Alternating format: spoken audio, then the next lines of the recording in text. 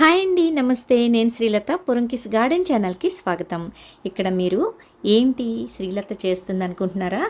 బచ్చల కూర, తీగ బచ్చలండి. ఇది తీగ బచ్చలి మొక్కలు ప్రతి టబ్బులో ఒకటి వచ్చేసాయన్నమాట. లాస్ట్ టైం మనం ఒక 2 టబ్బుల్లో బచ్చల కూర, తీగ బచ్చలి పెంచాము. ఆ సీడ్స్ మట్టి మొన్న మనం ఎరువులన్నీ వేసి మిక్స్ చేసి టబ్స్కి ఎత్తినప్పుడు ప్రతి టబ్బులో స్ప్రెడ్ అయిపోయి ప్రతి ఒక్క టబ్లో ఒక్కొక్క మొక్క వచ్చిందండి.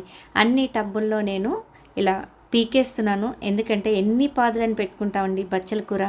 నేను 2-3 టబ్స్లో మాత్రమే ఉంచాను. అదే చాలా కూర వస్తుందన్నమాట. సంవత్సరం అంతా కూడా మనకి బచ్చల కూర ఉంటుంది.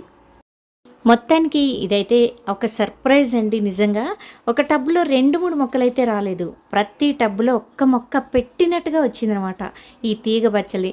అదైతే మాత్రం మేమందరం కూడా చాలా సర్ప్రైజ్ అవుతున్నాము. అయితే ఎన్ని టబ్బుల్లో ఉంచడం ఎందుకని చెప్పేసి 4 టబ్బుల్లో మాత్రమే ఒక్కొక్క మొక్క ఉంచి మిగిలిన అన్నీ నేను ఇలా పీకేసానండి.